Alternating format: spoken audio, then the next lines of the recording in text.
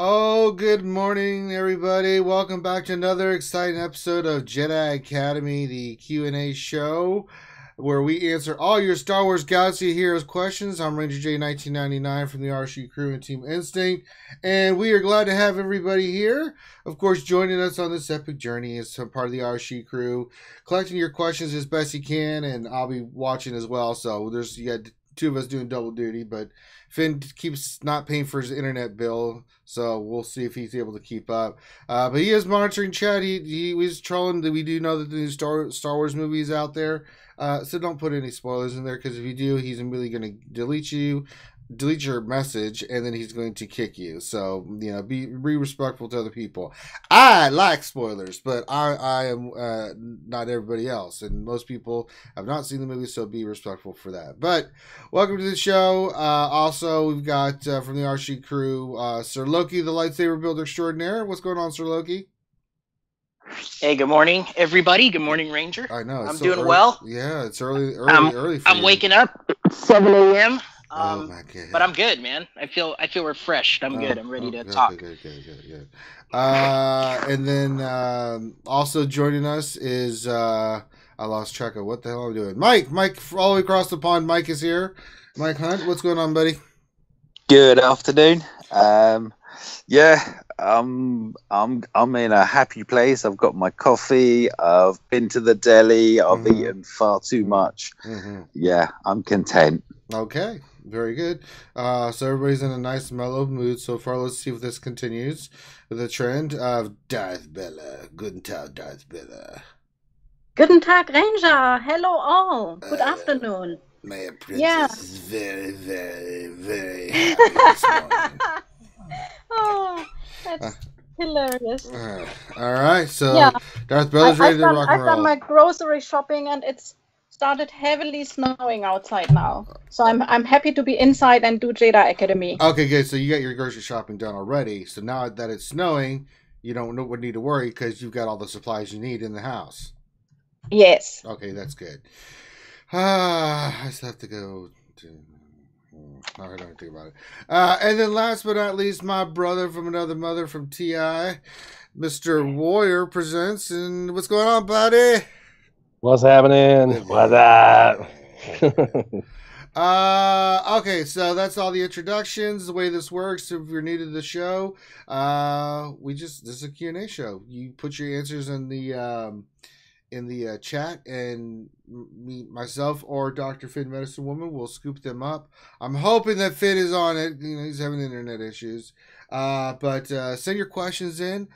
Finn will scoop them up, and then we will go around the corn, as our good friend Grande Patron would say, and answer your questions the best of our ability. So go ahead and start getting your questions in now. Thank you, everybody, for being in the chat. I see that we got a lot of good folks in there already, so get your questions in. So usually the way we start this is we look at what's been going on this week. The big news is of course Jedi Ray is out. The event's in. I'm sure people are unlocking her. I'm almost there to unlock her. I'm about, I can't remember. I'm close, maybe a day or two from getting the veteran Han and Viagra Chewie unlocked to do it. Has everybody else, I'm assuming, taken care of the business and gotten Jedi training Ray? Yeah. Yep. Loki, got her. You got her. Okay, good. Okay. No, I'm saving it for tonight, man. So we got something to show on the show. Well, I knew that, Loki. Okay, yeah. So mainly and then Mike, I'm sure you got it too. Yeah. I did it. Yeah, did the challenge yesterday morning. Pretty much as it went live. Late into work. Yeah, we did a funny little video, if you haven't checked it out, on our channel for the Jedi training Ray. So, I mean, thoughts? You've been playing around with her a little bit. I mean, your overall viewpoints of now that you've got her unlocked. I mean, you've been trying out her different teams. You just have her unlocked. I mean, what do you guys been doing with old Jedi training Ray?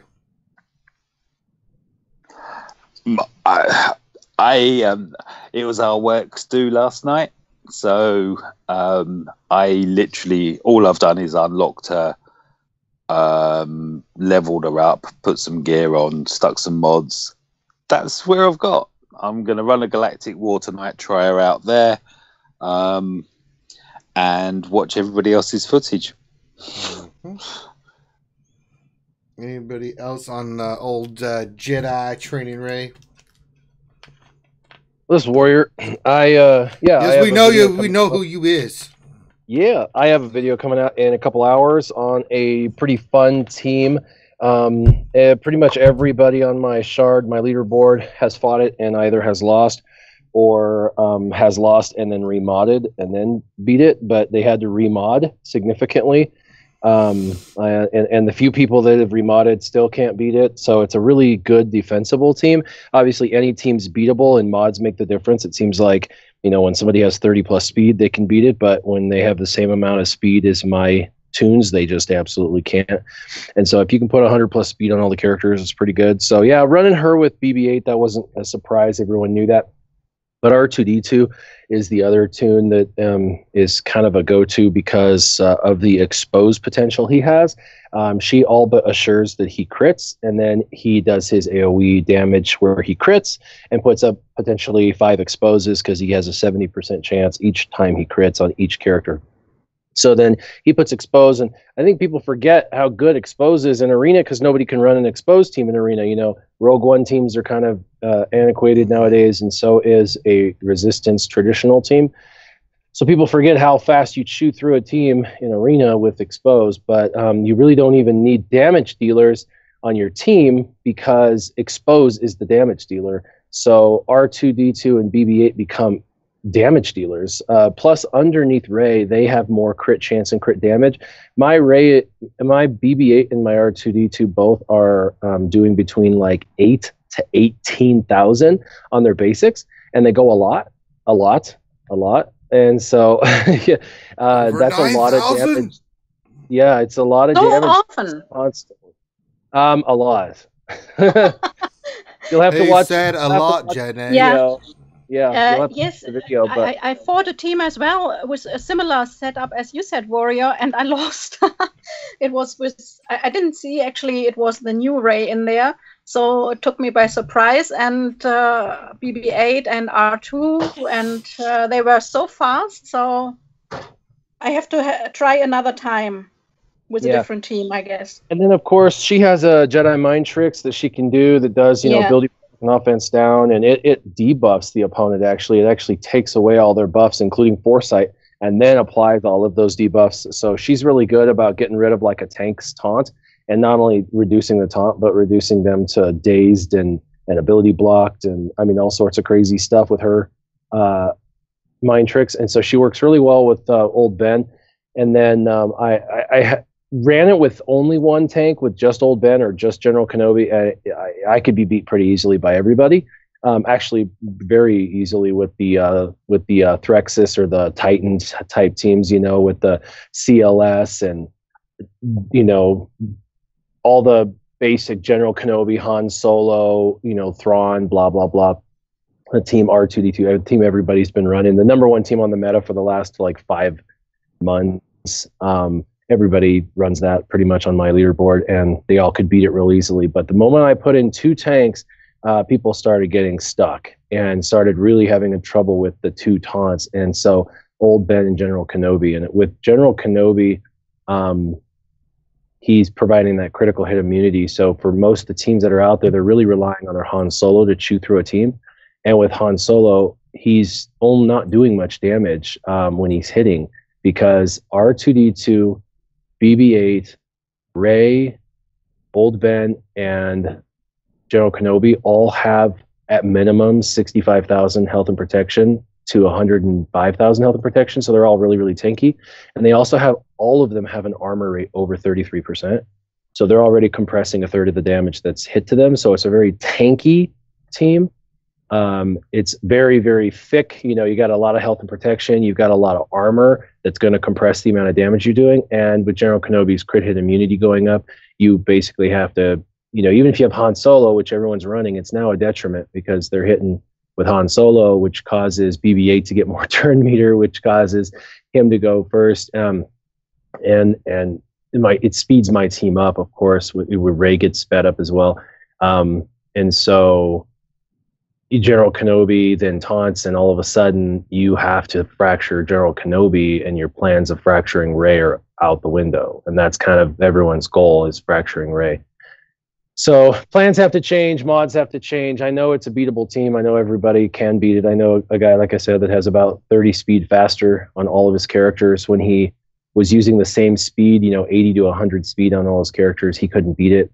He went back to the drawing board, just threw his most OP mods onto his team. He's got about 30 plus speed higher on every character now than my team, and he was able to beat it with 3 characters standing. I call that a success on defense. But I have a video in a couple hours I'll make public. It's pretty cool. So yeah, pretty excited about the new Rey. Everybody said I don't think she'll be meta changing or meta defining or anything. She's not only going to change the meta, she will define the meta with CLS. I don't think she'll dethrone CLS.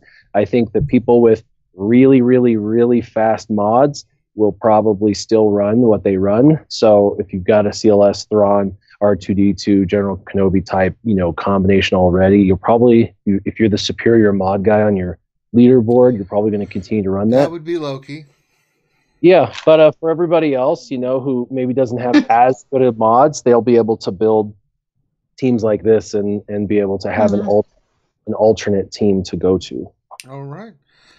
Let's get into the. Oh wait, Dwella. Yeah, just one thing. I read Rey's Jedi training's abilities again just now, and the first one says damage is increased by 25% if Rey has no debuffs, if she has buffs, if the target has no buffs, if the target has no debuffs. So does she get 25% for each category when the target has buffs and debuffs, or is it like or it's 100% in best case scenario? If you have buffs but no debuffs, and if they have debuffs, so they buffs, stack. it's 100%. Oh, okay. Yep. I see.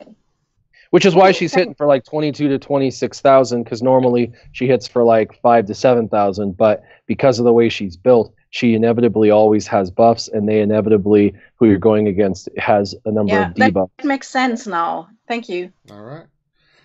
Good question, Bella. Now let's get into some questions from the peeps out there in TV land, and let's start with. Let's see who we're making this random. Loki. So from our boy Bad Rongo, he says, I finally unlocked offensive mods. Who do I use them on? Kylo, Thrawn? Any suggestions there, Sir Loki? I think Warrior, you have a video explaining that whole thing, right? So I would look for that in Warrior's channel, but just the kind of overview. I personally like to put, if you have like really good offense mods, I put it on somebody that has the special damage, because it bumps up the special damage or special whatever it's called, it's the blue damage. So whatever tune does blue damage, because there's different colored. There's yellow for crit. There's red for I didn't crit, like a basic or something, and then there's blue, and blue is the special damage. And I think on Warrior's video he mentioned that if your critical chance is at a certain percentage, so it's like 49 or 50%, then you should load that particular tune up with crit damage instead of critical chance or something. But then for characters like Mother Talzin, so Mother Talzin, her damage goes through protection, like on her AoE.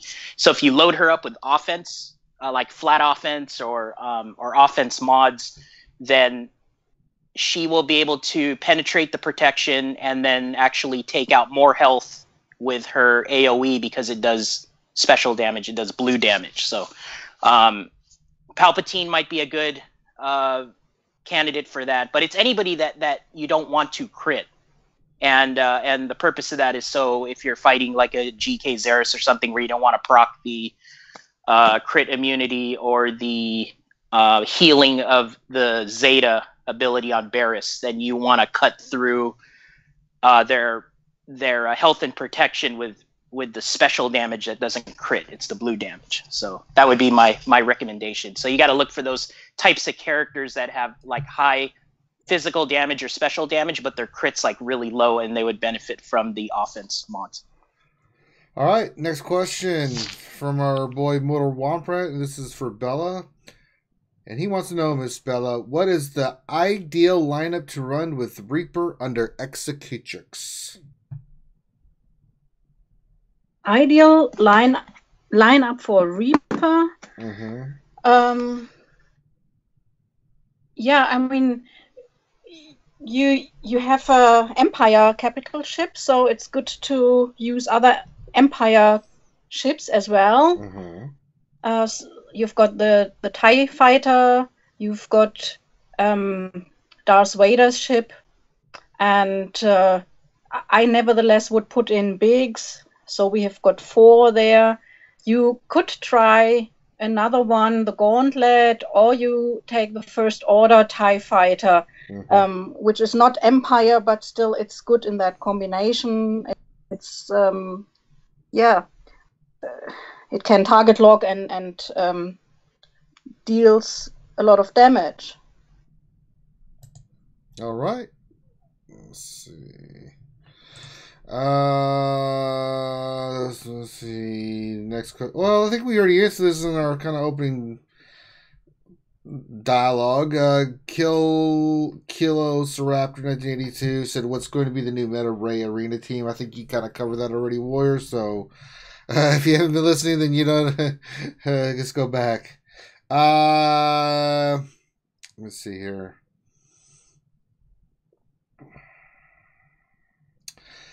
Mr. Warrior, question from Ravil Cloziet. Question: What is best to get from the Squad Arena store once all characters are 7 stars? Credits or extra shards for the shard store? Well, it depends where you're at. When I was credit hungry, I did nothing but buy credits from there to make sure that I, had an influx of credits. Or if you need to get gear, you could always, which you always will need to do, you could always get extra character shards to turn them into the shard. But which store again? He said the guild store? Arena right? store. Or the arena store. I've been using them for credits. I mean, saving up and just getting credit because I'm always credit poor, man. What's up? I'm always short on credits, so I'm always constantly like, oh, 1 million credits, give me. Oh, 1 million credits, give me. Because I'm constantly leveling and working on something. Yeah. So the squad arena store, what I do personally is I just basically buy the credits. That's it. Yeah. I have like 1,000 prestige, and I have every character 7-starred out of there. So for me, I only do credits out of here because this is the only place I can buy credits. One of the reasons why everybody's like, how come you have like 100 million credits, Warrior? Like 91 million credits on your video? It's because I'm buying nearly 1 million, almost 1 million credits a day between like what I earn from Galactic War plus what I'm buying out of here. I get 1 million credits every single day, and I don't spend it if I don't have to. As far as Galactic War store, now I buy the ships every day with my currency. I get 1,200 currency and spend it on the ships every day, and I turn that in for for gear. So every store I treat differently. It depends on the store. There you go. Next question. We'll go to Mikey from our boy Corey Dalmeyer. He says, question: will they wait till Christmas Day for crystals to be 25% off? He says, I want to spend some money. LOL.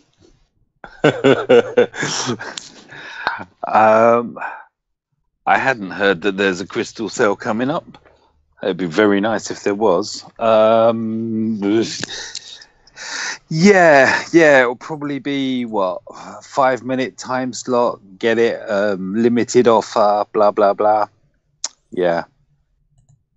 I don't know if they're I mean the crystal deals are very They're very rare, aren't they? Mm-hmm. Yeah. All right. I get a crystal deal every day, but it's What? a normal price. But Oh. it pops up all the time. Yeah, they sure like to market that. They say it's a sale, but it isn't. Mm-hmm. Oh look, you've only have so many crystals. Please buy more. Mm-hmm. Please buy more. Mm-hmm. How about now? How about now? How about now? Yeah. It's like, oh my god. All right, let's see. Oh, our girl Tits McVenom. She's got a question for Miss Bella. And she says, what are the necessary ships that should be your main focus and fleets for arena climbing? Miss Bella. Sorry, I was muted. Main ships for arena climbing. Mm-hmm.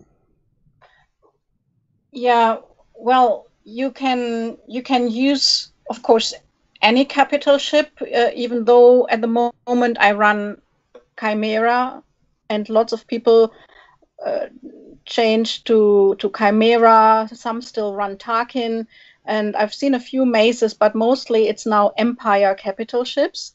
And we were talking about this with the other question. I still would put in bigs to kind of shield my fleet and a lot of target lock ships. So bigs can take a lot of damage, and whenever a target lock is, whenever you get a target lock in arena, in your battle, his protection is increased again, and the typical target lock ships are TIE Advanced, TIE Fighter, First Order TIE Fighter, Bistan, and Umbaran. So from that, I would choose. Scimitar is still very good in reinforcements. First is probably the best because usually sometimes some other ship dies, but normally it's bigs that is shot out of the sky, so to say. And Scimitar can then again protect the fleet by putting stealth on all but one ship. All right. Well, I hope that answers your question, Miss McVenom. Next question from Devil's Treasure. We'll go to Sir Loki. Question: what's the Zeta priority on that squad previously mentioned with Rey? I've got 2 right now. Do I put them on Rey, BB-8 Unique, or R2-D2 Combat Analysis? What do you think, Sir Loki? I told some of my guildmates they were trying to run similar teams like that. I think you really need it on her lead first. Combat analysis. I don't know if that's a priority or not. BB-8, I would say no right now. That's probably low. But I would if you're gonna go all in on Rey, then you gotta do all 3 of her Zetas, I think. But her leader to me is her priority right now. There's several of them on my arena shard, so I fought a bunch of them. People are trying out new stuff, so it's a fun team to play against. Yeah, oh yes, I'm fighting them like crazy too. Yeah. All right, next question for Warriors is from Tits again. She says, question: any current theories on a counter squad to the CLS Rey combo, or just Rey squads in general?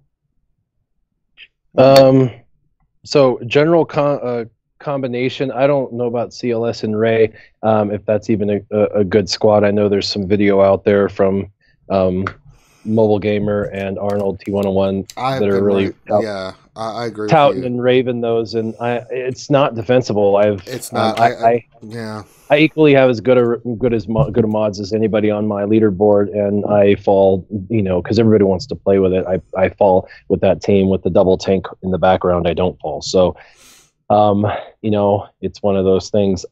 First off, on Zetas, that previous question that was asked, I would say number 1's her leadership, and then number 2 is BB-8's unique, where he gets to call the assists. The triple hit combo is absolutely over. So you definitely want to do that, because her leadership will create R2-D2 into the exposed nightmare train that he can become. And so that benefits the whole team, because even your old Ben is now going to hit for 7K, plus he's going to pop an expose for 20K kind of thing. So, he now hits for 27K. So you need the leadership first, then you're going to need BB-8, not only there, but with his unique, the first one that is important so that way he can call the assist when he's called out of turn. So there's those two. Then it goes to the next two uniques on Rey, and I would go to the first unique and do that one first, and then the second unique. The second unique gives a little health and protection regen, and that's really not going to probably be beneficial at all in arena. That would be the one I would actually ignore if I was going to ignore one. But as far as a counter squad, any team that has fast mods is a counter squad to this team. Everybody who's beating my team is because they're trying to get all their fastest mods together and trying to jam them and stuff like that together. It's a control team, so you are going to need, it's making the game like chess. You have to get smarter. You can't just use blunt force. For a period of time with CLS and Han Solo, it's been, let's just slap the most silliest overpowered damage characters in arena and we'll overcome because we're bashing you over the head and winning that way. And so you've got Han Solo, hitting somebody for 60,000 after his triple hit combo, and you've got, Luke potentially hitting for 33 to 37,000 on his special, just one-shotting people, and that's just like brute force, right? And so there hasn't been as much strategy with those teams. I mean, even with my teams under modded, like I looked at my mods on my previous Team Titan team with CLS, and I was like flabbergasted at how bad my modding was. I was like, wow, I've been running it like this, but I could beat anything. That was the good part about that team. So I think people are going to have to pay more attention to their mods, and then you're going to have to get smarter. You're going to have to run certain team comps that maybe haven't been ran before. I know that Emperor Palpatine lead and his shock is still a very viable option, especially when you have Thrawn. And you could run Thrawn as the lead, Emperor Palpatine, Shore Trooper, Death Trooper, and you could run the Imperial Probe Droid. That combo of 5 is very strong dark side team right now on offense.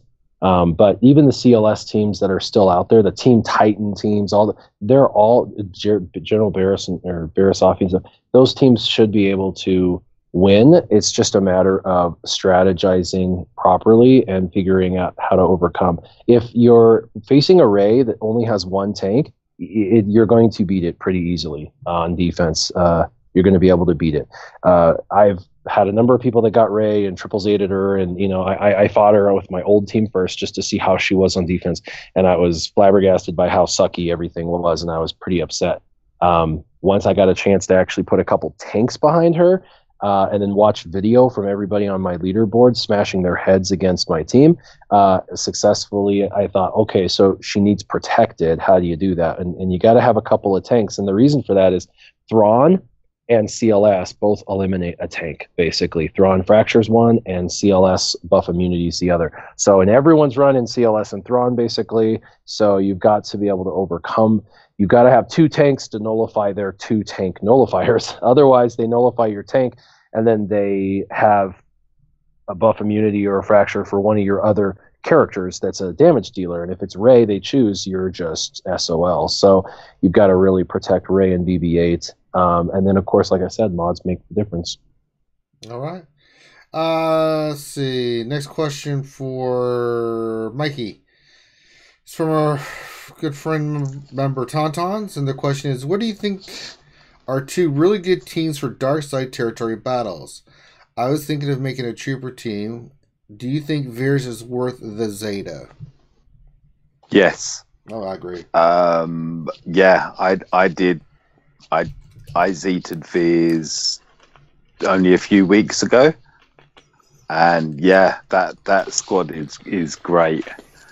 And I've done a galactic war in just over 7 minutes with Imperial troopers. They're just ridiculous. Yeah, great squad. Second dark side, I'd always advocate a Nihilus, Zeta Nihilus lead, because you can run 5 Siths and you don't have to worry about healing because they're going to self-heal. So they're a useful squad, and also they've got practicalities outside as well. You can use them in arena against GK Zaris. They're great against GK Zaris, so that would be another option there. Otherwise, if you can do Night Sisters, I mean, Night Sisters seem to have become like the utility squad, or at least on the dark side. That, you know, if in doubt, send in the Night Sisters, unless it's against troopers, of course. Then you will die. Then you will die very quickly. Horribly. All right. Yes. All right. All right. Question for Darth Bella from oh Lord, I can't pronounce his name. Zdenek Pospils. Oh hell no. Z, your name is Z now. And they want to know, when you spoke about Gauntlet, is it a good ship when I don't have TIE Reaper yet? Your thoughts on the old Gauntlet there, Miss Bella? Yeah, it's not one of my favorites. I have to say so. Some will disagree, but actually, it's I think for me, I like to have some more abilities. Like I like to have target locks, for example, and this one has no target locks, and I must say it's difficult. You have to gear up your pilots, star your pilots, and they are fairly new. So the Gauntlet, yeah, it can dispel. That's a good ability, but if you, it depends a bit what kind of team you run. If you run Umbaran and TIE Advance, they can both also dispel. So you don't need a third dispel. Could I add something to that? I know. Can you, Mike? Well, what I've noticed recently, I went mad on Gar and Pooper, Super Pooper. Right. So they're gear 12, and my Gauntlet's running at 151, and then it gets all its additional buffs. But what I found quite interesting is that it is a great support ship to call in when you've just been debuffed by the opposing Thrawn, because he comes straight in and cleanses your entire fleet, which can be really good. So I ran a Gauntlet. I ran a full-on offensive squad for a bit, and it was fun, but it's not sustainable. But coming off the bench, great cleanser. If you're facing, you know, Thrawns, and they're putting, because though that debuff that Thrawn puts down on all your ships really does hinder them badly. You know, it's like with the buffs, you can almost one hit any of the opposing team, whereas as soon as those go on, you're having to hit them 3, 4, 5 times before really registering damage or taking them out. Sorry, that was my bit. All right, next question from Kagero. Syndicate. They go to Sir Loki. Question: if you want to use Jedi training Rey in a support role and set up a lead, which mods would you put on her, and which character might she replace in a traditional Finn team? That's a good question. So you want to run Finn lead then? So you want to go Finn lead with Rey and BB-8. Yeah, you got to run BB-8. I would say Poe. Yeah, you got to run Poe with Finn. Shoot, I mean, you're down. So at that point, probably drop Pilot if you really want to try it. I mean, I like 2 attackers that do expose. So you're dropping 1. I don't think Rey does expose if she's outside of her leadership. So that's a big hit on the team. Yep. So she's basically a Rey scavenger role on that team. I mean, I wouldn't mod her any differently than the way you would mod her for her leader. So probably a lot of health and protection.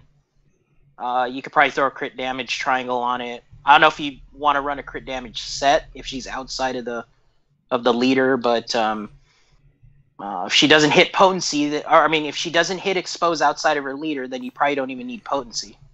So those are some options right there. But I think she really needs to be lead for her to be viable. Because she's the best around. All right. Next question to Warrior from Roro Calvar. Question. Who is Terex in Star Wars, and what could we expect from his character in Star Wars Galaxy of Heroes?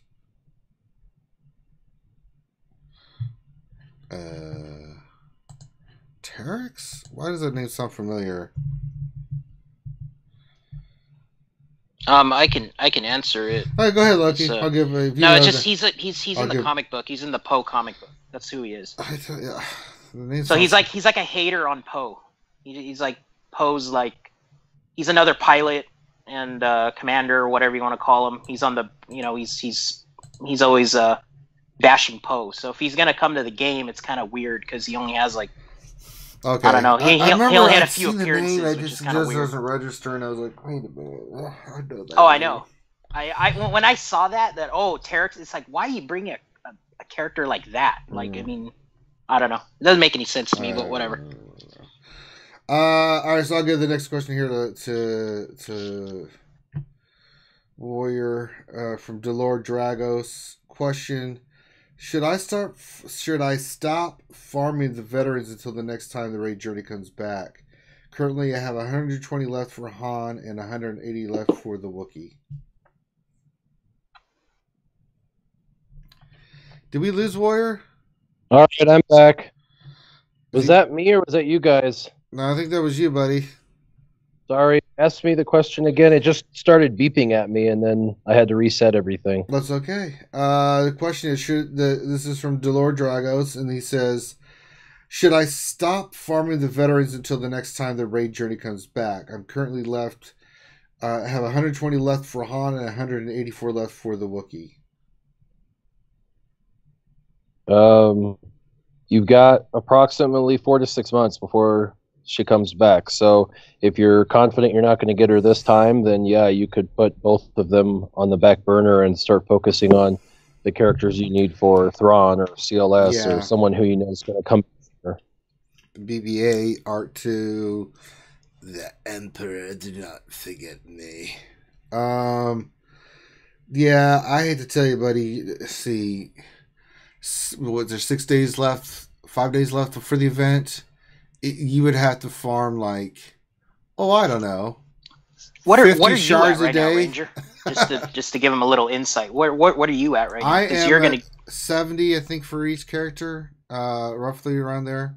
So like I'll have it in the next day or two, maybe 3, depending on the drop. So because I do my Cantina refreshes and then I buy the 8 shards out of the shop, right? So it's just a matter of a couple days. I think Finn's in the same boat as I am, so we're close, right? But we've been farming since it came out and doing crystal refreshes and all kinds of stuff. You being at where you're at right now, yeah. I mean, that's 100 and 300 for 5 days. Yeah, there's no way. I mean, even if you did, because I know how awful the drop rate is, even if you did all the Cantina refreshes, including the 200, and then bought them out of the store, no way. I can't. I mean, you could get. I don't know if you've gotten the pack. I mean, that would help with 50 of them, or it's 50, right? 50 each of those. Oh boy! But even then, you would still have 70, 200, 5 days. You'd still have to average 40, roughly. No, 5. Boy, oh boy, yeah, 40 shards. I don't think it's feasible. Is my math off there, Loki? Is there any hope? I mean, rebellions were built on hope. No, I mean your math is Sorry. right. I'm looking at it. I mean but it sounded like he only needs 120 for Han and 184 for Snuggler Chewie, right? Right. So, That's 304 shards in 5 days. That's some going. He could get lucky. I mean, but yeah, it's far. But I mean, again, for the amount of effort, I mean, I'm assume maybe he has CLS, hopefully. But yeah, that's a lot of refreshes. It's a plethora of refreshes. I just and it's not guaranteed. So and yeah, they're not maybe, guaranteed. You know. Yep. Yeah, I would start working on a different path. Is what I would think. All right. Let's see. That math kind of threw me off where we were with questions. Okay. All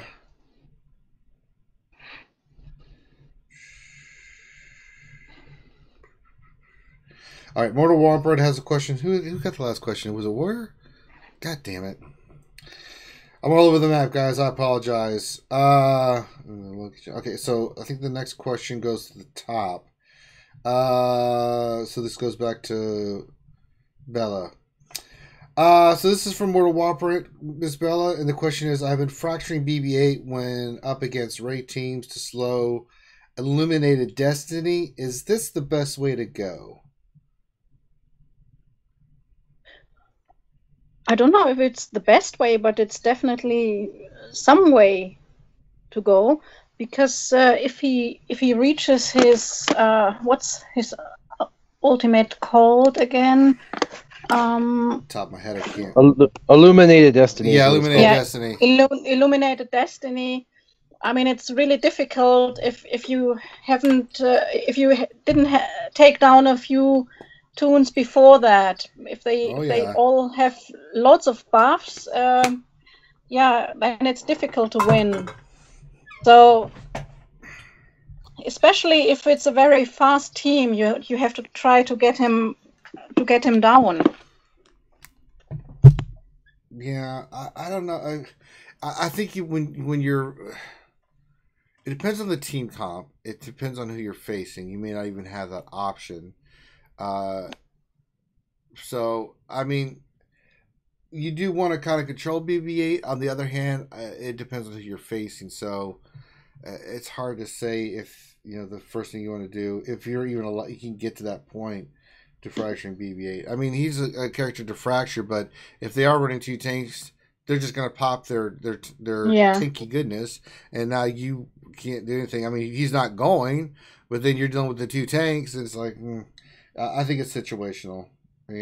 Yes. All right. Next question for Locomotive, Mr. Loki. Says, with the difficulty of dark side territory battles, do you think level 90 is coming, and do you think that is worth it to start hoarding a lot of credits for that, or spend for more teams in territory wars? In my opinion, they did make a post that they said the damage is a little, it's not working as intended, so they're going to be reviewing it. So I would wait for them to officially say, hey, here's our fix to the damage concern. And if it's still more difficult, then I would consider farming, I guess, teams for dark side territory battles specifically. But I would wait for them to fix it, because they did announce that they were going to look at it and review it and see if the damage was working as intended. Because when we all ran dark side territory battles for the first time, it was extremely difficult for most, especially at the first phase where you only need 2-star requirements, and obviously a lot of people were getting like one-shotted by the Phoenix and stuff during the Vader special mission. So it's to a lot of us and to them, they acknowledged that maybe it wasn't working as intended, so they were going to adjust it. So I would wait for that and then go from there. But I think during one of the last questions that Mike had about Imperial Troopers and Night Sisters and all that, it wouldn't be a bad idea to start on them, because Imperial Troopers have their own unique node, and then Night Sisters are just overall very good in the game if you're going to run them in Arena, or if you're going to run them Galactic War or Dark Side Territory battles. So that would be my approach right now, is just wait for CG to make an official post that they reviewed it, and maybe they're going to change the damage output that was going on. All right.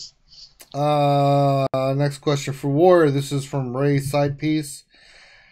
And they want to know, is anyone else getting Saxon's Storm, Magma Trooper, or Gauntlet for drops in the Empire military event that is going on? It has happened the last 6 attempts. Yeah, I just did my assault battle. Is that what they're talking about? Mm-hmm. The drops for the rewards? And I just got some Gauntlet Starfighter this morning, actually, which I don't need, but I got it. So, yeah, they randomize it. It's all of the Empire and their ships, and it's all randomized. I got some TIE Fighter, some TIE Advanced, some TIE Advanced and some Gauntlet, and then some other random characters. I mean, other than the ship, I think it's 6 stars for me. I mean, it's... I just now started working on the old Pooper and Gar Saxon to finish them off. So, okay. I got Shaw and some Reaper shards this morning. Put them right into the shard shop. That was no Reaper. No, that's my final farmable. That's your final 7 star. Mm-hmm. Yeah, long farm. That's right. Yeah, sure. All right, next question from Mike. This is from the Fatality V2 question. I'm struggling with Tier 3 Jedi Ray event. Do I take out the troopers before Phasma? Mr. Mike. Yeah, no, I'm trying to remember. Take out. Yeah. Ooh, I'm trying to remember how I did it. I don't know. Who's phase 3? I can bring up the video, but who is it again? It's 2 First Order Stormtroopers and Phasma. I'd try and nullify one of the Stormtroopers. I mean, they're a pain because they're going to be countering you all the time, but just get rid of them. And I think that's the way I did it. I don't know. It was very early in the morning. Well, if you want to know, just watch this tonight, because I'm sure Loki will be doing it. And I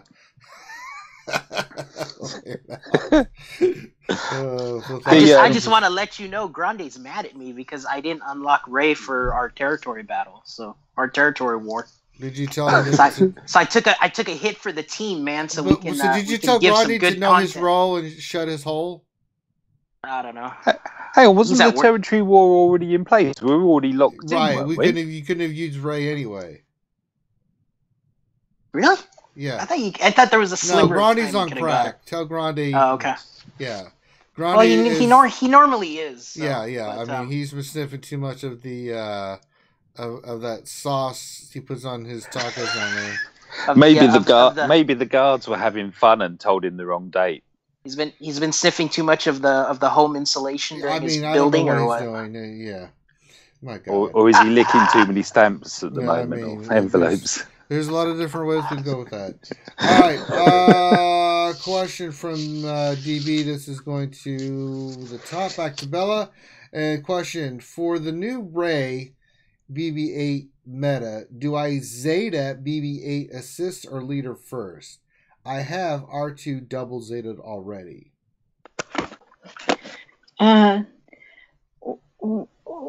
BB-8 has no leader ability.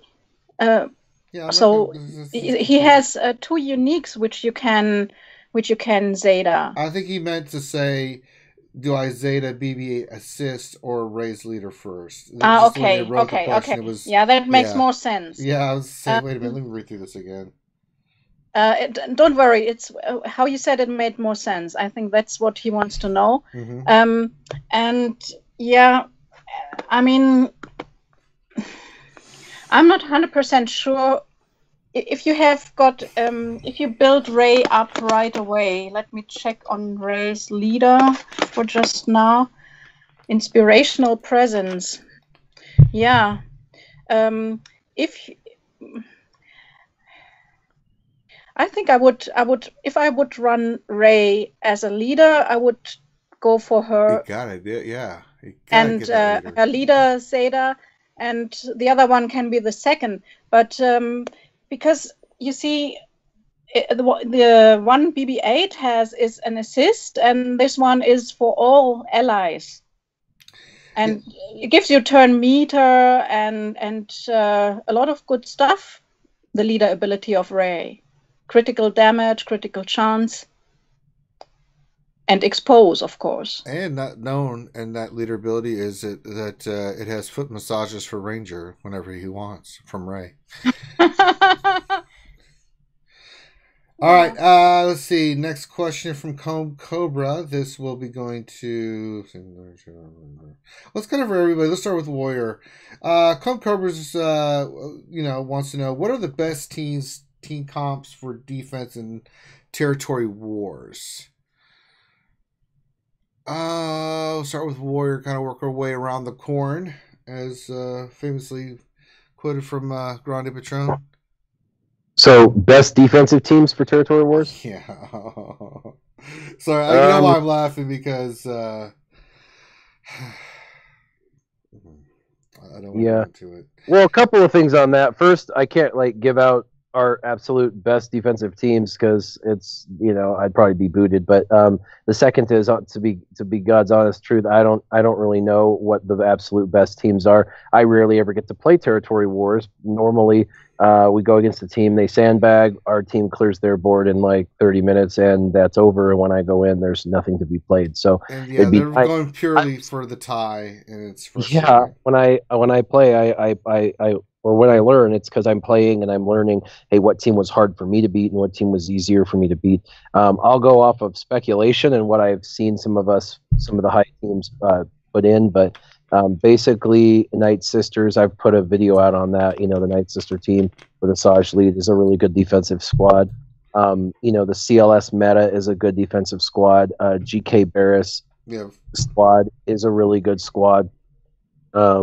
And then some offensive counters to those teams is like the Imperial Troopers. Having them for the Night Sisters, and for CLS, you can actually use a Thrawn Shore Trooper, kind of combo where you can just use control to win the battle. And there are in Resistance, they're great on offense, terrible on defense, but great on offense to beat pretty much any team as well. So there are some teams that do naturally better on offense, like Resistance or Imperial Troopers, and there's some that do better on defense, like the GK Barris Night Sister type combos. Yeah, it's true. I mean, any team can beat any team. I think it's not so much about it. It's just, but if your team is able to handle the defensive squad team, but the problem is, if you're just going to basically put nothing on defense, use your best teams on offense. Unless the team went full defense that you're facing, you're both going to tie. So I don't know. It's frustrating. I mean, and a lot of people are using a Darth Maul lead for a defensive squad for Sith, so that way there's that evasion. Yeah, with team. Sith Assassin and Trooper super annoying to go against. But I used my my Ewoks to go against one of those teams, and actually you mentioned that before.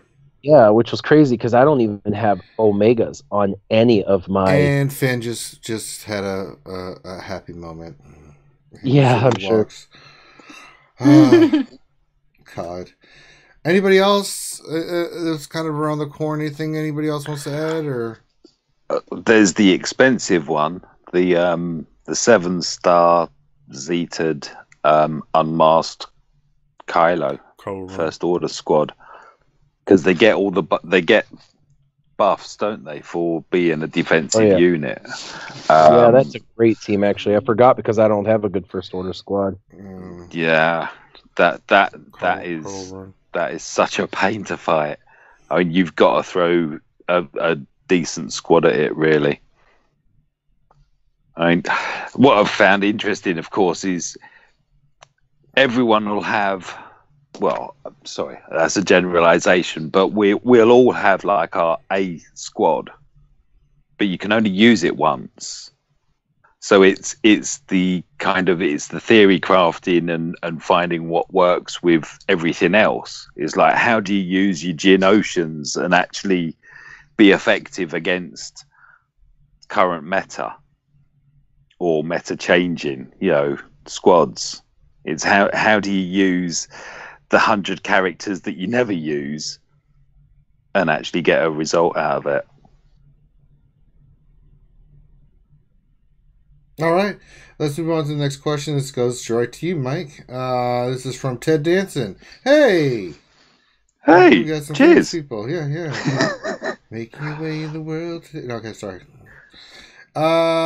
See, his question is: do the buffs that Zeta Night Sisters gain during the battles persist when they hold defense in territory wars?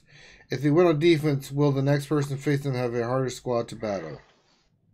More than likely, yes. Yeah. They'll probably be. Yeah, you're gonna walk into something that you didn't really want to. Yes. Yeah. The likelihood is they'll be primed, ready to roll, and it's gonna hurt. I mean, I'm not calling out anybody's name, Warrior, that would go in ahead of time and try to use 6 teams in a row to beat a Night Sister team and then leave some poor bastard to fall up behind him. I'm not mentioning anything like that. No, I've never done that. Never. I didn't even hesitate. I was like, Night Sister? Oh, no, hell no. Thrawn, Veer's troopers get in there and kill that shit. No, hell no. I wasn't even taking a chance. I was like, I intentionally saved that team for the Night Sister team. Like, oh hell no. Mm-mm. Yeah, it's the 2-star zombie that's just died like 27 times and primed the stars. I'm fine with it because once you get, the troopers will deal with it. But it's like, oh my god. I could just, and I've seen it so many times where you just watch on defense with your Night Sister teams. People just running up against that and using the wrong characters and tunes, and you can just tell because they're just getting creeped. It's awful. Oh my god. All right, so this next question is from our boy Danilo Papayas, and I think we're at, Mike. This is for Dad. And the question is, I'm assuming that says I now have a 4-star Mother Talzin. Is it viable in Arena? But since I'm free to play, how viable is she at 3 stars? Okay, let me try this again. I know. If he has a 4-star, why does he want? So it looks like they have a 3-star. Okay. But they want to know if it's viable because they know that 4-star Mother Talzin is viable, but can 3-star be just as viable? Is she viable when she unlocks, basically? I mean, she might be viable, but I wouldn't do it because I think he will get targeted if he goes into Arena with a 3-star character. And then he has to climb much more if he gets thrown back a lot. For myself, I have 5 stars as a, I know some people say 4 stars. For myself, I think from 5 stars characters become viable. But if they are geared up highly, it might be okay. It depends on where he's at in the arena thing too. He said he's free to play, so he could be like top 500, top 1,000. When you get down that low, everything's viable. I mean, a Night Sister squad actually tears it up down there. You know what I mean? A 3-star Night Sister squad could decimate some 500 level teams. I was assuming top 20 or something, but of course, if you're not top 20, then it's different. Yes, very much so. All right, next question from Captain Blackbeard. Question for me. Question for Ranger. What's the day stun team you mentioned a few weeks ago? I think it had Zeb and Cholo. Oh, a few weeks ago. I'm assuming this is... What would I have been talking about with Zeb and Cholo? The ATST fight? No, that wouldn't have been it. We were discussing kind of like the ultimate Days squad. Was that what it was? Yeah, for light side territory wars or battles, or something else. Holy crap! I can't remember. It was just or even just going against the CLS meta. I think it was Warrior that was talking about this. Wasn't that you, Warrior, that mentioned this thing with Zeb and stuff? Yeah. Okay. Refresh our memories. Well, just I mean, I don't know in what relevance is he wanting to know about the days. We were just referring to all the different characters that do days on the light side and how a days team shuts CLS down for, before Ray came in. That was a big deal, was shutting CLS down because of all the countering. And I just said, you bring in a team where you've got some days, it really does shut the other team down. Now, if you're going to do that, I would still run CLS, R2-D2, Han Solo in the front. So you've got, your damage dealers and smokescreen. And then in the back, you can actually run Han Solo, the Captain Han Solo that has days. And you can also run in the back Zeb. And Zeb does a lot of damage, especially if you Zeta him. And he's a tank, even though he's a tauntless tank, he's a tank, really hard to kill. And he applies days, and CLS applies days, and CLS's is unavoidable if you're Empire. So a couple of people in the background constantly applying days, and they counter, you see, because they're rebels and they're under CLS. So anytime anybody tries to hit your team, your team's countering back with days mechanic and shutting down their counter capability, which effectively neuters a CLS team from countering while allowing you to continue to have the counter capability. So yeah, Zeb and Captain Han Solo are two really arena viable team characters that never get used. Okay, I knew we talked about it before. I just was like, oh, it's early in the morning. I need more coffee. Let's see.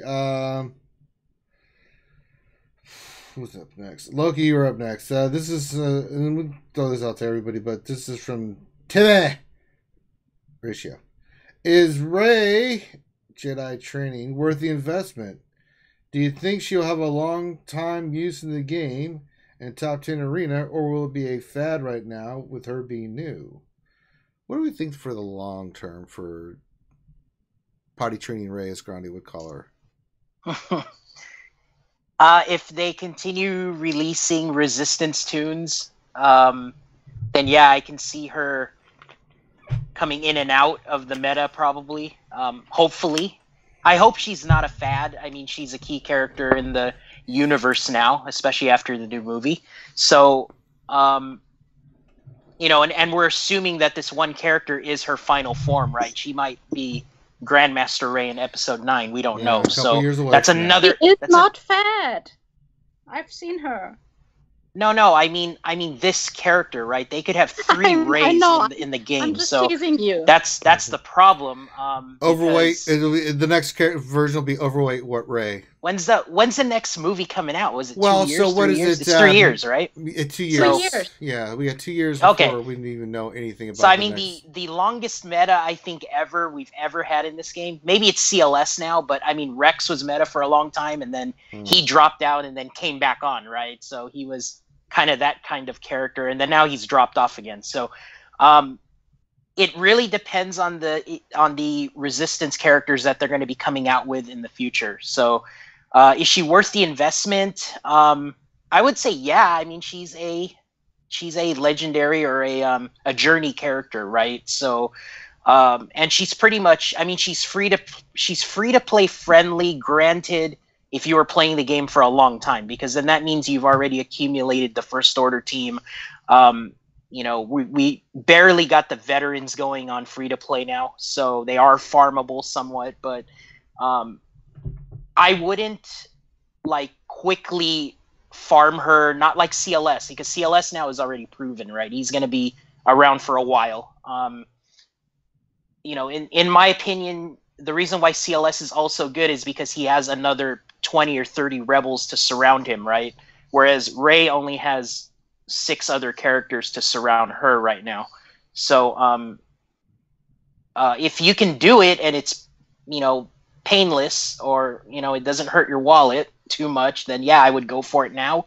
Or, wait another 6 months like what Warrior said and just slowly farm up the veterans and farm up whoever you need to do and get BB-8. And, I think 6 months from now, she's still going to be somewhere in the game. Like, she's not meta, or I don't think she's meta right now, but, she might get better 6 months because there's going to be She's on the top 4 of the so. meta report already after 24 hours.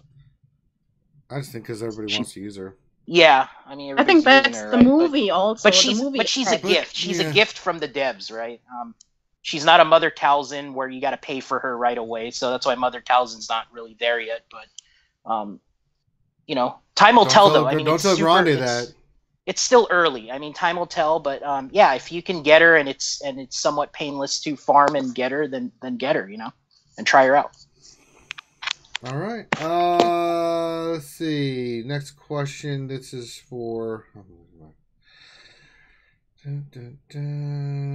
Mikey. Question. I'm finishing off Savage and Arena. This is from Junior Hawk 003. I only have Ugnaught and Eth Koth, and I'm thinking of not farming the last 2. Can you see any need for the 2 of them? Ugnaught and Eth Koth.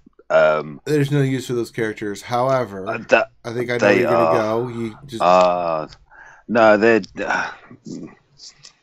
I was one of the pillocks that leveled up and geared up Ugnaught for the heroic tank, and that proved to be quite a useless venture. Eth Koth is a character. It's like, why are you even here? They needed a Jedi. I mean, he was used a bit, was he, right at the beginning? And now it's like, I just love stunning him they really just for the irony. Yeah, I mean, if you get to that point, I mean, you want to get all the characters unlocked in 7 stars and everything, because galactic power matters Pokemon. now. And there is that, yeah. I mean, so you're gonna have to farm, but they're not a priority by any stretch. But if you don't have anything else to work on, then yeah, you're gonna need them, at least for the GP. That does matter, especially for some of the newer stuff. No, the GP. I mean, I'm fully aware. GP equals rewards now. Yeah. For your entire guild. If everyone, increases their GP by a couple of thousand a week, that adds up very quickly, and the rewards should reflect reflect the efforts. But that's about it. yeah, I would really put gear into anyone of get them up to something. Gear 7 seems to be a good, resting place, I suppose, for tunes that you don't want to invest in it overly at the moment. Mm-hmm. All right, let me see here.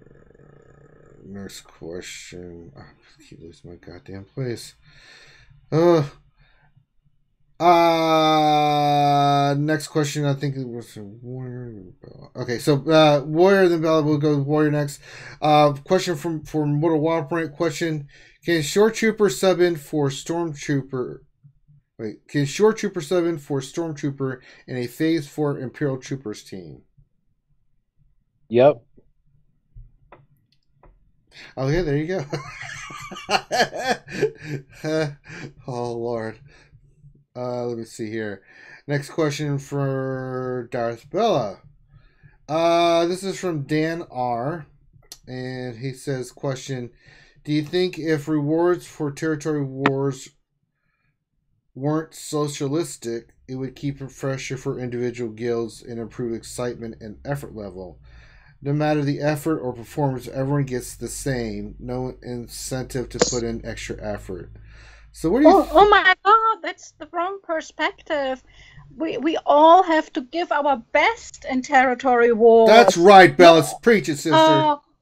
God guys, if you hear me, don't do that. Don't say the others will do my work, my job, and I just pretend I'm playing. If you like this game, then go and play it and be active. That's right. Be competitive. Yeah. Kill, maim.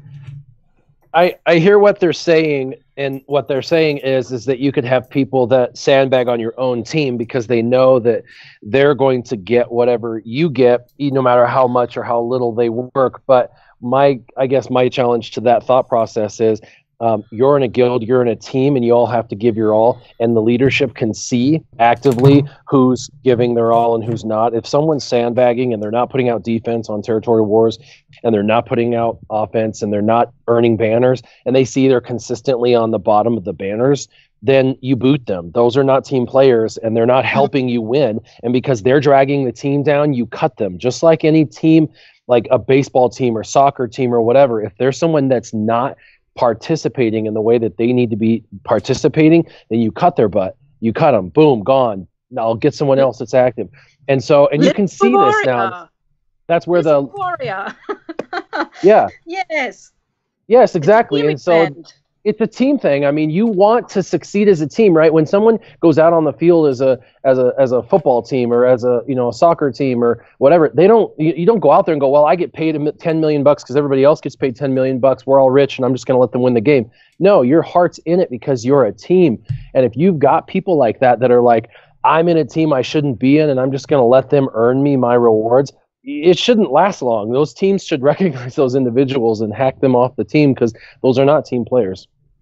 I mean, if I can't give my best, then I can either, if you're in a highly competitive guild, you take a short break, or you can for one war or battle not give your best. But in general, a guild can just be as good as every individual. So if you have people constantly hiding and not doing what the other guild members do, that's not good. And if you're in a guild like that, I wouldn't like to be in a guild like that. Mm-mm. All right, next question. For Loki, this is from Vague, and this is question for Loki. How's your Night Sister team holding up in arena with new Jedi training Rey? So how's the old Night Sister team looking? How about now? I got no issues, man. I don't think you did. I do run the Ventress lead, so I got Ventress, Zeta Barris, Daka, Zombie, and Mother Talzin. So so far it's not an issue. She does gain a lot of turn meter with the BB-8 and all that, and then she does her little mini mind tricks on everybody, but it's not really that OP. I mean, I don't think it's that bad. If she did buff immunity on that mini mind trick, that would be probably a meta changer for me. But I'm glad she doesn't do it. So so far it's been good. I haven't had any issues with it. My arena right now is like half Rey and then half Night Sisters. So my top 15 is like 7 Ventress and Mother Talzin led teams, and then I got another 7 or 8 Rey people trying them out. So everybody dropped their Wampas and Hermit Yodas to try out Rey and see if she works out. Although I did fight one team, it's very similar to what Warrior mentioned earlier, but they still run a single tank, but they ran Hermit Yoda, and that team was pretty. The guy has like a 300 speed Hermit Yoda at like gear 12, 7-star, which is it was surprisingly fun to play against. It was especially if she gets the little Master's Training buff above her head. She goes in with her basic and hits for like 30k. So. It was really fun, but overall, I'm still doing okay. I'm still holding my own. So. Awesome. Question to Warrior from Dustin Tiny Rick. Question: does anyone foresee Arena being dominated by the Rey Jedi training and Old Ben squads? In some leaderboards, when one adopts, everybody adopts kind of the same team, especially if you have someone who's kind of a leader on the leaderboard, meaning that they aren't afraid to put whatever they want in, and then they have the mods to make it work. Because sometimes mods make a team, right? So, you know, other people will see that that team's overpowered and can't beat it, and then they decide to mimic that team. They're like, well, damn, that's a really good team. I can't hardly beat it, or I can't beat it, so that's the team I'm going to go to. That's kind of how it spreads like wildfire. But for some leaderboards, they try a team out, and it doesn't work. And so what happened, nobody can make it work because of the leaderboard you're on. And so what happens is that particular team is kind of squashed, and it never really rolls out on that particular leaderboard because it was never, you know, embraced. For example, Night Sisters are on some of the oldest leaderboards, and they're like wildfire, and there are a ton of Asajj-led teams running around in some of those real old leaderboards. I know because Team Instinct, a lot of those guys have played since day one, and they're running Asajj, and they're in the number 1, number 2, number 3 spots. I have one guy that runs Night Sisters on our entire leaderboard. Nobody embraced nor cared about Night Sisters, and when we tried to bring Night Sisters into our leaderboard, they got squashed pretty quickly. And so, like I said, there's only one guy. He runs the stupid acolyte and stealth, you know, thing to make sure that he can climb on offense, so he can get up there and get his offensive payout. But his team doesn't hold on defense whatsoever. And so it depends on your leaderboard as to whether it's going to spread or not. I feel like they built her in a way that you have to build a certain team around her, which makes her kind of like Ahsoka Tano Fulcrum. Really, really good in the right composition, but you can't just plug and play like a lot of the other characters in the past. And that's the only way they're going to create balance, right? Is if you say, if you want to play with this character, you have to use this kind of team comp. If you want to play with this character, you have to use this team comp. In the past, when they brought out legendary characters, they're like, we're just going to make the most OP freaking character in history. We're going to give it to you, and you can shove it into any composition, and your composition is just inherently better because of that. She's not that. You can't just take her and just shove her into any inherent team and make it better. It actually, in fact, makes a lot of teams potentially worse by doing that. She has to have BB-8 really to run successfully. She really needs R2-D2, in my opinion, to run effectively. With her and the 2 droids side by side, you can effectively add any 2 in the back, and she's amazing. But she really needs the droids for herself to shine. Whereas CLS, you're like, oh, I've got 4. What should I do? Let me just slam him in there, you know. And now the team's good. Or Thrawn, you know, in the past it was like, what should I do? Let's just slam Thrawn in a Rebels team. All right, that works great. You know, they're going away from that. Their goal is to create balance. They understand that they have unbalanced the game, and I think it took CLS for them to realize that there's a bit of an unbalance. And so their goal, and I'm really happy about this, is in the future to bring characters out that are really, really good in a specific set. And that way it will create balance. So I think the meta report is going to look like this. I think there's still going to be Rex leads. There are on lots of leaderboards. I think there's still going to be CLS leads. I think there'll still be Night Sisters out there. I think there's going to be raid teams like the one I have created and other people have built. And then I think there's going to be some, you know, in the lower level of the meta, we're talking, you know, guys in the top 200, top 500. You're still going to see those Darth Nihilus leads. You're still going to see the old school Rebels, you know with Chirrut and Baze and Wedge and Biggs and R2-D2, and you're still going to see. I think it's going to be pretty diverse, and it's just going to get better from here on out. I don't think you're going to see a shift straight to Rey and that's it. I just don't see that happening. Right. But she will have her place solidly. Oh, yes. All right. So that's we get into some of the fun questions. So, man, we blew through 30-some questions today. We're getting better at this, guys. So some fun questions. First, for Darth Bella. How are your evil flowers doing? Yes. What is my evil flowers are great. Yes. But are they evil? It depends. It depends, you know. I don't have like carnivores as flowers, but for some people, the herbs I grow could be evil as well. Excellent. Let's see. Next question. Loki Warrior, what are you guys running in the arena? Since you're Wells, are you running the CLS Titan team? Yeah, Wells, what are you running right now? Yeah, that was the team I was running until Ray. Yeah. And then I wailed out on a video. If you ever want to see what wailing looks like, you can watch my last video. I actually wail on live stream. So it's kind of fun to watch me spend 20,000 crystals in like 5 minutes. So for anybody who's interested in watching a wailing fleet in action.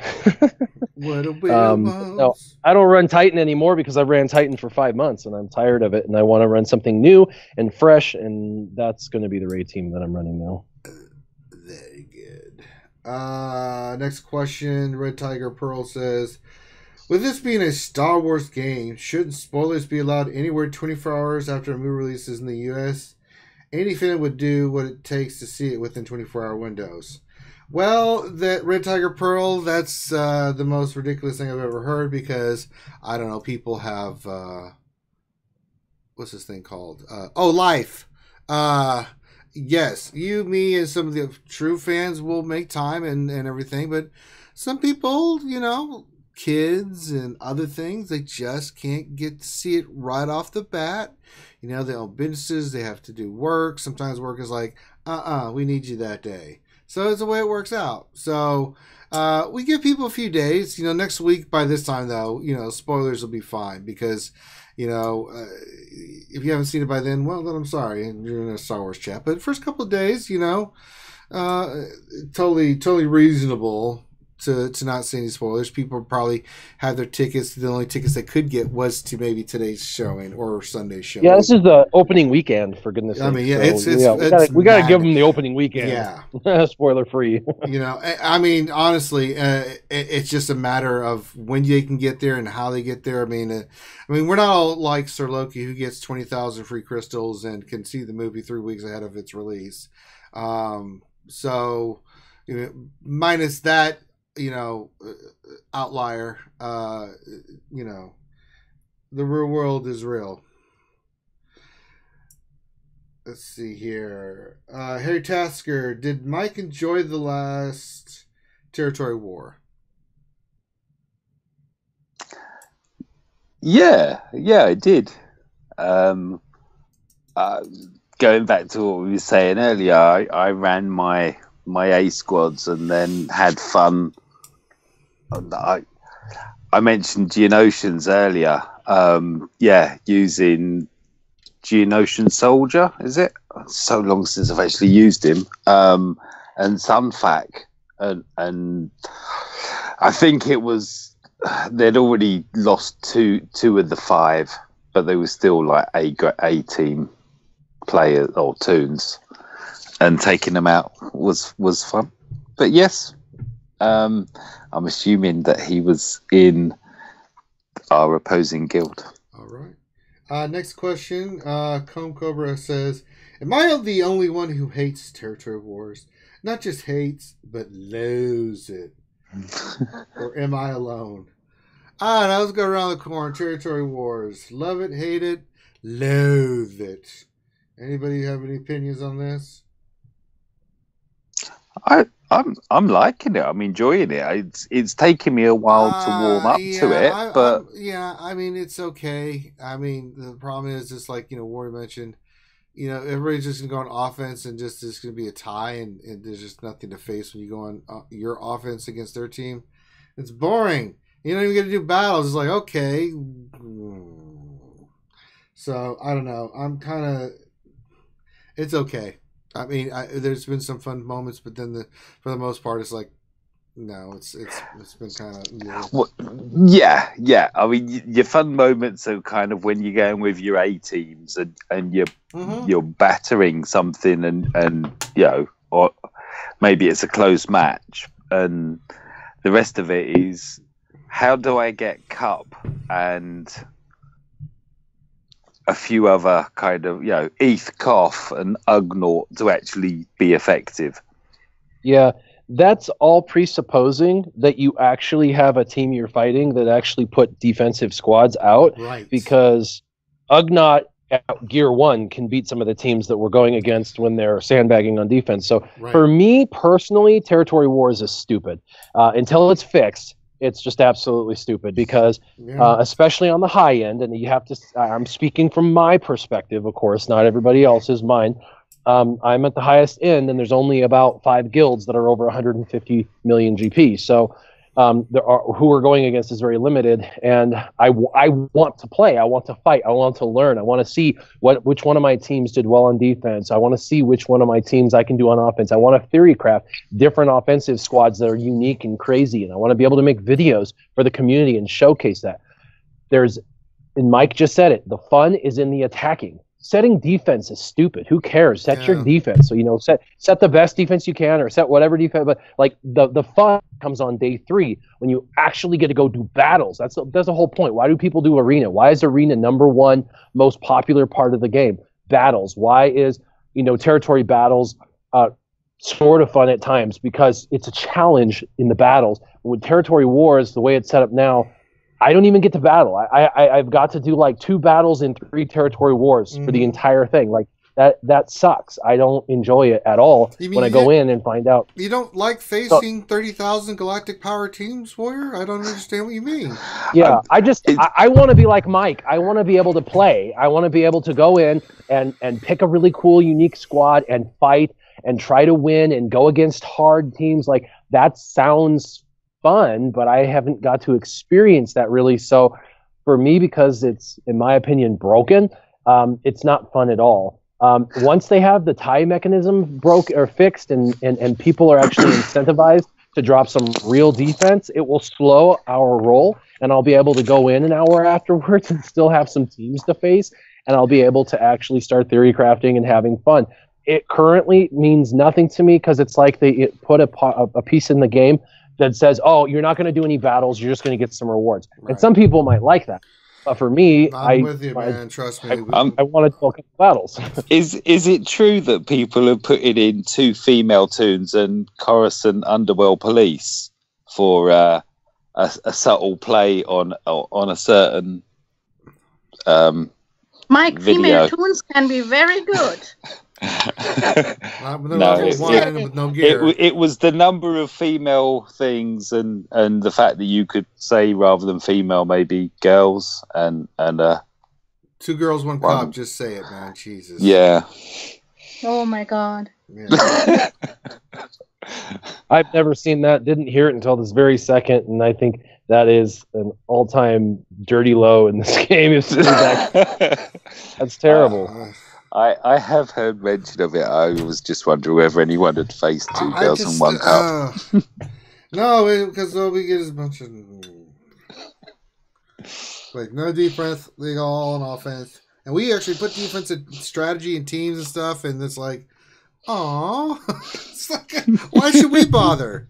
Oh, chat's just come alive. Yes, I knew. We knew that was going to come. Ignore that shit. Let's see. Don't watch it, Bella. Look away, Bella. What's going on? We're getting the adult dating for sex really hitting us. I'm proud that we're getting a lot of porn trying to infiltrate our stuff. I mean you made it in the world when that's happened. They should. I don't know what they're doing. I don't know why they're trying so hard, but next question was Cobra says, question, was Warrior's data that he is a member of Mensa? What? Yeah, I actually let that expire about 4 years ago, but yes, at one point for almost 15 years, I was a member of Mensa. And what is Mensa? Well, if you have an IQ of 132 or higher, you're technically a genius. And if you're a genius, you can apply to Mensa. They'll give you an IQ test and decide whether you're really a genius or not. And if you are, they'll accept you into Mensa. And it's just a organization for like-minded, smart individuals. And I guess I could be in it. My IQ, I can't remember what it was, 140 something last time I had a test. I don't know. I never really thought about it. The average person's IQ is 98. So when I say average, I mean an individual that has at least 2 years of college, and they have secondary education. They have their high school and everything like that. The average person's IQ is 98. Surprisingly, you'd think it would be somewhere in the 110s to 120s, but that's not actually the case. That's interesting. IQ has nothing to do with anything over 130 is considered like normal, 132 is the break cutoff. Smart is between 110 and 130, 132 to 150 is like really like not above average, but like exceptional. And then 150 or higher, something in that range, is genius level. No, it always astounds me. By definition, anything over 132, and you'd be surprised. Very few people, less than 3% of the entire population of the world, has a 132 or above. Hey, so I feel rare. Privileged. Marilyn Monroe had a higher IQ than Einstein. Yep. Yeah, and see, IQ has nothing to do with your book smarts. It has nothing to do with how smart you are. It has to do with your synapses, how the synapses fire in your brain, and how you see patterns and predictions. Right. Has nothing problem to do with solving, with perceptual and problem solving and things like that. It has nothing to do with, I know all about history and math and science. There is some mathematics involved because there's patterns in math, but it has more to do with seeing patterns and things like that. All right. Let's get these next couple here. Based on some of the discussion in the chat, if you could cosplay any character from Star Wars, who would it be? I know Loki would be Slave Leia. He said that before. I don't know. Yeah, that's the truth. Yes. Yeah, it is true. I'm just speaking truth, Loki. I'm not debating you. Okay. So. Well, I mean, of course, that's erroneous. I made that up. Who'd you pick, Loki? If you wanted to. If nobody wants to cosplay, we'll just skip the question. I would do a Porg now. That's what I would do. Oh my god! All right, I'm working on a Death Trooper outfit. There a you genuine go. Death Much Trooper. better. Made by hand. I have to do it by hand. The organization that I'm trying to do this for, you cannot go and buy it. You have to actually build your outfit. It's part of their rules for entry into the club, and I've never joined a club. Is it? Maybe. Oh, okay. Maybe. So anyway, it's one of those things you have to. I've never done this before, but I have a friend, another adult friend guy, who is going to do this, and he's going to be doing a shore trooper, and he asked if I wanted to try and build an outfit or a suit, and I started looking online for some of the ideas, and Death Troopers probably, if I'm going to go in like that, I want to be able to be completely from head to toe changed. I don't want to put like a lightsaber in my hand and wear a scarf and call it good. I want to be able to actually have a full length suit and everything. And to go into that, you're looking at like stormtrooper type characters, and for that, the Death Trooper is by far the coolest. All right. Let's see. Ray Side Piece wants to know, if you were to pick a ship to fly in, what would you choose and why? I would pick the Death Star. Ships. So if you had to pick a ship, Bella, if you had to pick a ship out of all the ships, you could own it, fly it, go through the galaxy, what ship are you taking? I wouldn't need to take a ship, because I would have someone to fly me, and that would be Poe, of course. Oh, little Poe and Bella action. Yeah. Pick someone evil. I hate that choice. I mean, there's so many interesting ships that you could pick from. I want my own capital ship. I think we need to go blow some. I'm thinking about. I really want to go blow some stuff up. Loki, you want to get in a capital ship? We'll just go do some planetary bombardments. I just want to fly an Ewok glider. That's all I want to fly. Technically, I don't want to go in space.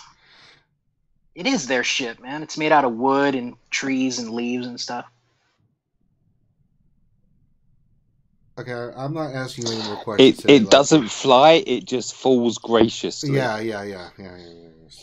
Well, that's flying, right? It just doesn't. No, that's falling. Gliding, more of a gliding motion. Yeah. It's falling. Oh, so you mean something with an engine? Okay. Well, ship itself does imply some kind of mechanical, Or flubber. motion. Well, yeah, you're never going to count the flubber. I like freaking. I mean, honestly, I like Kylo's new. I like that tie that he's got. So there you Silencer. go. Yeah. Yeah. That's I a good think that thing choice, looks Loki. Really, I was gonna say that one is really cool too. That's the one I would fly to. Mm. No, I'll be doing a capital ship, baby. We're going to get medieval on that ass. I like the Padme shiny silvery thing. Anakin, you're breaking my heart. The one that looked like the Lockheed SR-71 Blackbird. You're going down a path I can't follow. Let's see. Last question. Oh, question to Ranger. Master Skywalker, there are too many porn bots. What are we going to do? We'll just keep deleting them and, banning them and all that good stuff. That's what we do here. Okay, so that's all the questions. So, got through everything, got all the fun stuff out of the way.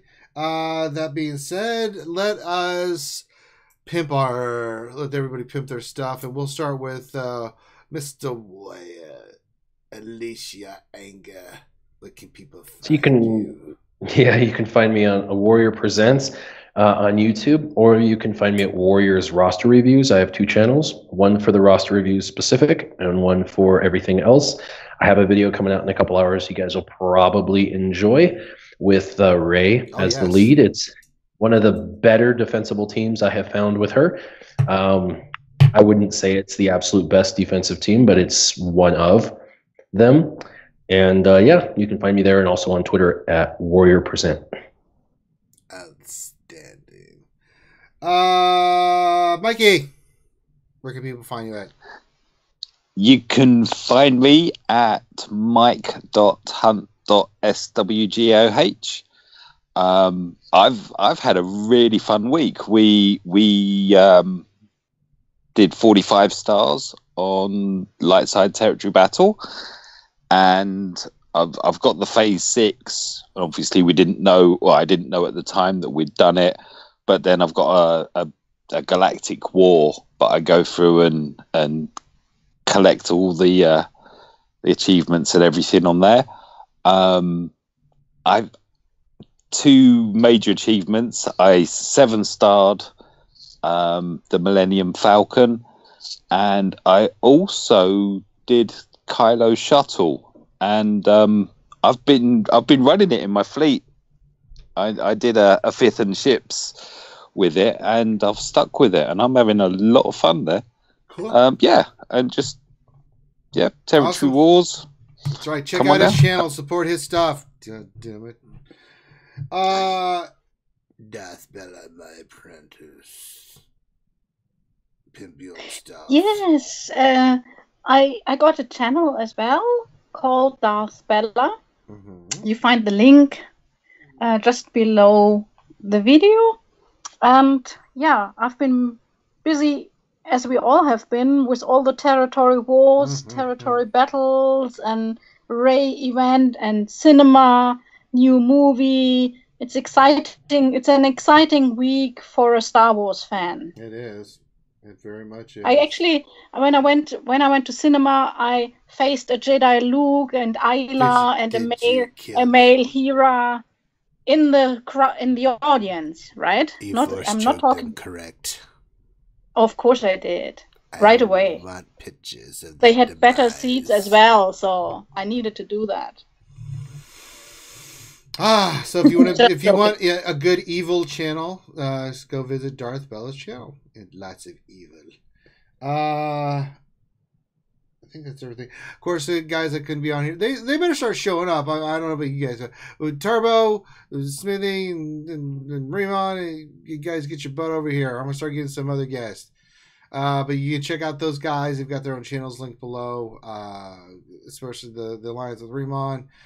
Turbis has got his own channel. I know he's been moving. He's been doing some stuff. moving. I don't know what's going on, but we'll find out for sure.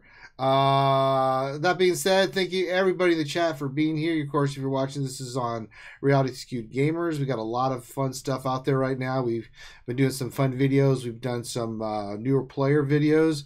We did a whole series that Finn's working into condensing and putting together into one mega little version that you can watch. But yeah, we stream 3 days a week, so you can check us out Wednesdays 8 p.m. Eastern, where we break down the latest Star Wars Galaxy Heroes news and notes and tell you what it all means. Of course, today you're watching the Jedi Academy, where we just sit back and do Q&A and answer all you fine people, all your great questions. And then, of course, tonight from 10 p.m. Eastern until whenever everyone else will pass out. Me and Loki will decide we want to stop at that point. But it's like who thinks they can handle drinking with Ranger. But we sit back. We're going to do the Ray event tonight. We'll do some other fun, cool things like we always do. Kick back, just hang out like we were a bunch of friends hanging out, talking to the game, chilling. This is what we do. And that'll be tonight at 10. Note next week at next Saturday will probably no streams. It's going to be the Christmas holiday weekend, and I'm not going to be in town. I know Finn's going to be out of town. It's holidays. Go spend it with your family. But we will have the stream next Wednesday for sure. So make sure you give everybody here the thumbs up, support the channels, subscribe to the channels, all that good stuff. Thank you everybody for being here. Very, very much appreciated.